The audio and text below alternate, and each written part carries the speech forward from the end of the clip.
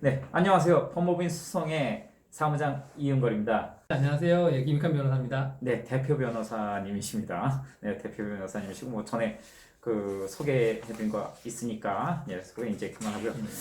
자, 오늘은 유치권자의 경매방해죄 적용, 경매방해죄 형사고소에서 경매죄로 처벌되는지 안 되는지 그 많이 그 경매를 공부하신 분이거나 이제 조금 경매에서 좀 중급 고급으로 나가시는 그렇죠. 분들이 유치권을 예. 공부하시는데 이게 내가 인도문의청에서 내보내는 거 외에 경매방해죄로 처벌받을 수 있는지 또 실제 한 분은 그 제가 아신 한 분은 내보내긴 내보냈는데 저쪽이 하도 워낙 거세게 반항을 해서 인도문의청에서 강제편까지가 좀 쉽지 않았습니다. 그래서 이 사람들 혼내줘야 되겠다고 형사고소를 했는데 그게 또 쉽지 않더라 이거죠. 경매방해죄로 처벌받기까지가.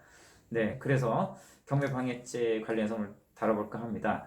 그 경매방해죄에 대해서 이제 먼저 설명을 좀 해주시죠, 변호사님. 예. 경매 방해죄라는 것은 말 그대로 경매를 방해하는 행위를 처벌하는 거고요. 구체적으로는 어떤 위력 또는 위계, 기타의 방법으로 경매 공정을 해야 하는 행위를 처벌하는 것이고, 형법에서는 이제 315조에 규정하고 있습니다. 그래서 경매 방해죄를 저지르게 되면은 2년 이하의 징역 또는 700만 원 이하의 벌금에 처해질 수 있습니다. 네, 여기서 또 그 형법에 경매 입찰 방해죄 뭐 이렇게 같이 적혀 있는데 입찰 방해죄는 또 결이 좀 틀립니다.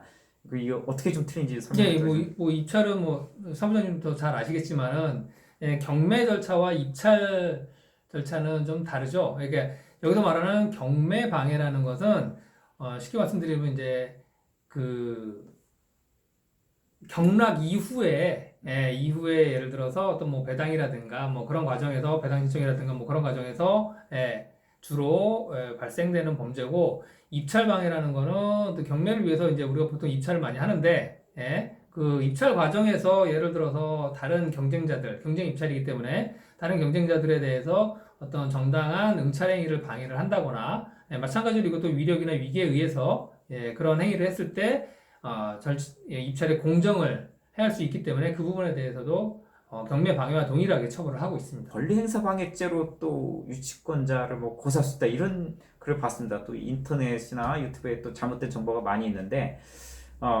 유치권자를 경매 방해죄 외에 권리행사 방해죄로 고소한다 이게 좀 잘못된 지거든요.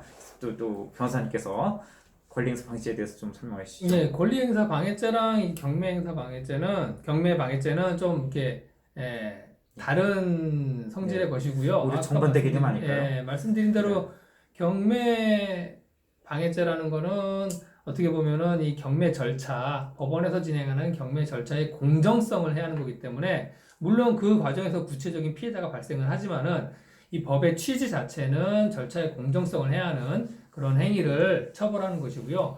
반면에 이제 권리행사 방해라는 거는 정당한 권리자의 행위를 방해하는 것으로 경매 절차와 관련해서 본다면은 예를 들어 이제 부동산과 관련해서 본다면은 뭐 임차인의 권리를 임대인이 뭐 방해를 정당한 사용 수익권을 방해한다거나 기타의 권리를 방해했을 경우에 우리 그런 경우에는 권리행사 방해죄에 해당될 수 있겠죠. 집에 뭐 임대책이 만료됐다고 막 그 함부로 문 열고 들어가서 임차인이 없을 때 뭐 집을 막 강제로 빼앗다거나 그런 거는 또 이제 주거 침입죄가 될 수도 있고요. 네. 그 굉장히 민감하고 조심해야 될 부분이니까 권리행사 방해죄 그러니까 유치권자를 경매 방해죄로는 고소가 가능하지만 권리행사 방해죄나 뭐 오히려 주거침입죄 뭐 엉뚱한 걸로 그렇죠. 고소할 수는 없습니다. 쉽게 말씀드리면은 경매 절차에서 누군가가 허위 주장을 하면서 권리를 주장하고 한다면 1차적으로 생각하실 거는 경매 방해죄고요. 나머지 것들은 조금 다음에 생각을 하시는 게 맞습니다. 어떤 경우는 그 낙찰 받으신 분이 유치권자 상대로 그 강제로 문 뜯고 들어왔다고 뭐 업무방해죄로 또 고소를 하신 적이 있더라고요. 근데 결국은 또 그 무혐의 처분 났습니다. 네, 업무방해죄 또 한번 업무방해라는 거는 뭐 이제 법에서는 그렇게 정하고 있어요. 이게 위력으로 뭐 업무를 방해를 하는 건데 보통 우리가 이제 많이 문제되는 게 이제 영업방해 같은 게 문제가 될 수 있어요. 이게 예를 들어서 뭐 상가라든가 그런 데서 영업을 하고 있는 가운데 뭐 앞에서 이제 뭐 영업을 못하게 뭐 뭐 펜스를 친다거나 뭐 그런 분도 영업방해가 될 수 있고요. 아니면 뭐 궁극적으로 뭐 허위 사실을 통해서 뭐 신용을 하락시킴으로써 뭐 영업을 방해한다거나 뭐 여러 가지가 케이스가 있을 수 있는데 지금 이 경매 또는 부동산과 관련해서는 지금 특히 경매 절차에서는 이제 경매 방해죄로 의율이 가능하고 그 이외의 것들은 이제 어떻게 보면 이제 당사자가 조금 이제 법에 대해서 쉽게 말씀드리자면 이제 당장 생각나는 용어를 이제 죄명으로 붙여서 판단을 하시는 경우가 많아서 그 부분은 조금 유의를 해주셔야 될 것 같습니다. 일반인들 낙찰자 입장에서는 어떻게든 그 억울하니까 막 이것저것 집어넣어서 그렇죠. 고소를 하려고 예. 하시는데 처음 고소장 쓸 때부터 죄명, 고소 사실 그런 것들을 잘 써 나가셔야 됩니다. 그냥 뭐 자기가 그냥 무조건 억울하다고 이 사람 처벌해달라 이렇게 하시면 안 되는 겁니다.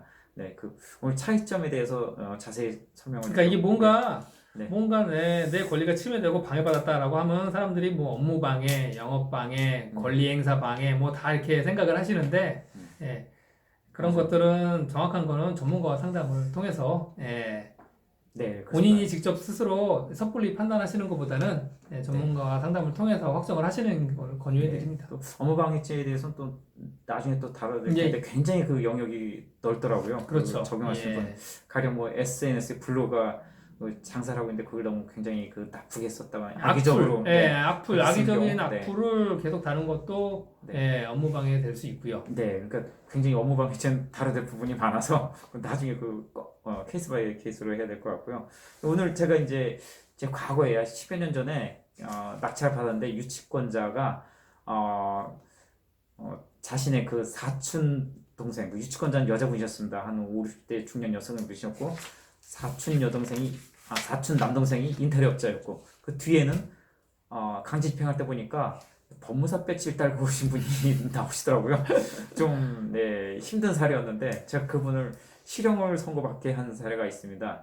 그때 저도 굉장히 저도 굉장히 힘들게 해가지고 인등록 신청 받고 그거 하는데도 힘들었습니다. 인등록 신청을 했는데 담당 경매계 와서도 좀 난리를 피우셨다고 하더라고요. 그때 그 담당 경매계장한테 들은 얘기인데 그렇게 하시고 뭐 그쪽도 법에 대해서 좀 많이 알고 하니 제가 내용 증명을 하나 보냈더니 또 굉장히 내용 증명 받았는데 굉장히 법률 용어로 굉장히 많이 써가면서 이게 일반인은 아니구나라는 것을 확실히 알게 됐습니다. 그 법률이나 법률 조항 뭐 그런 걸 잘 내시면서 그럼에도 불구하고 제가 경매방해죄로 고소를 해서 처벌받았는데 그럼 판결문을 한번 좀 살펴볼까요? 네, 변호사님 한번 좀 판결문에 대해서.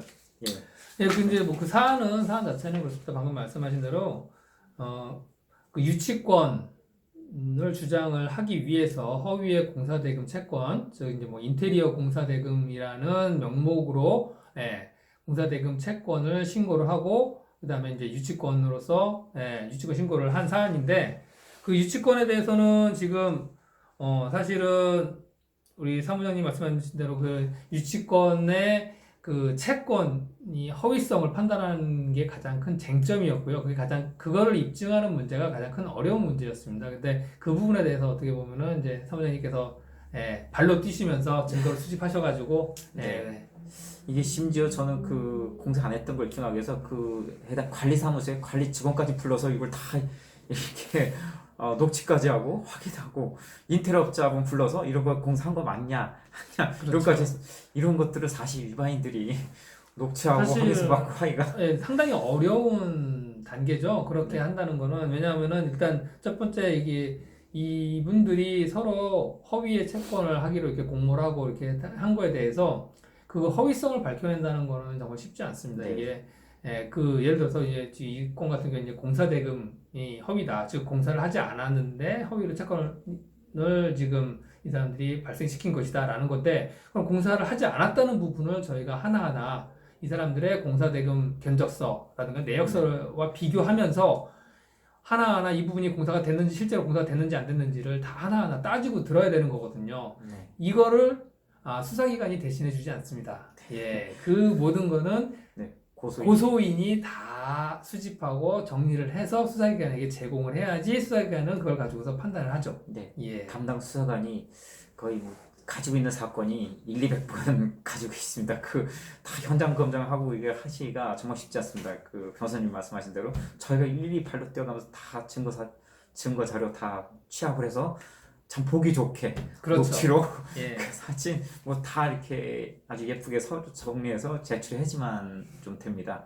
예, 그런 어려움이 있으니까 일반인들이 그 잘 모르셨는 거 이게 만약에 하나 유치권 낙찰받았는데 좀 처리가 어렵다 그런 거는 이게 저희 같은 전문가한테 예, 의뢰를 맡기시면 감사하겠습니다.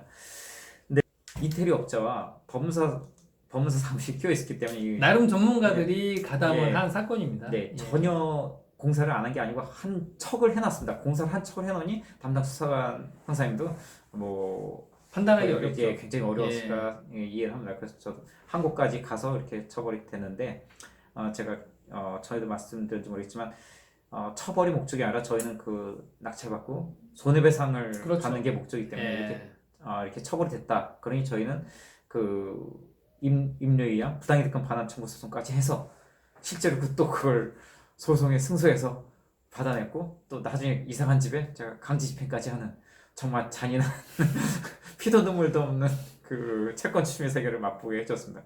사실 처음이자 마지막으로 했는데 이렇게 할 수 있다는 걸 보여줬습니다. 그러니까 그런 경험을 전 가졌다는 거죠. 그러니까 사실은 그 사안의 경우에는 당사자들이 상대방들이 이런 재판 수사 중에 또는 재판이 진행되는 과정에서도 이실직고 인정을 했다면은 예, 실형까지는 예, 나오지 않았을 텐데 사실은 이분들이 끝까지 버티는 바람에 좀 더 중한 판결을 받게 된 사례고요. 보통은 이 정도 하면은 대부분 내 어떤 위장 채권자들은 벌금형 미안합니다, 죄송합니다. 그러고서 이제 뭐 인정하고 뭐 유치권이고 뭐고 다 포기하고 네. 보통 그런 경우가 많은데 하는 이분들은 좀 예외적인 좀 악질적인 끝까지 인정을 안 하는 그런 사례여서 결과가 또 그렇게 중하게 나온 것 같습니다. 네, 그 전까지 인천법에 제가 그 이름으로 경매 사건을 조회봤더니 많이 이제 낙찰 받아오는데 그 뒤로 이분들의 이름을 볼 수는 없었습니다. 호련히 사라지셨습니다. 네, 어쨌든 그런 일이 있었고요. 자, 오늘 경매에 있어서 유치권자의 형사고소는 어떤 제목으로 들어가야 되고 다른 것하고 헷갈리지 마시라는 점 자세히 설명을 드렸습니다. 경매 방해죄입니다. 경매죄 처벌이 받긴 하는데 그 고소해서 실제 처벌받기는 쉽지 않다라는 점 제가 이제 강조드립니다.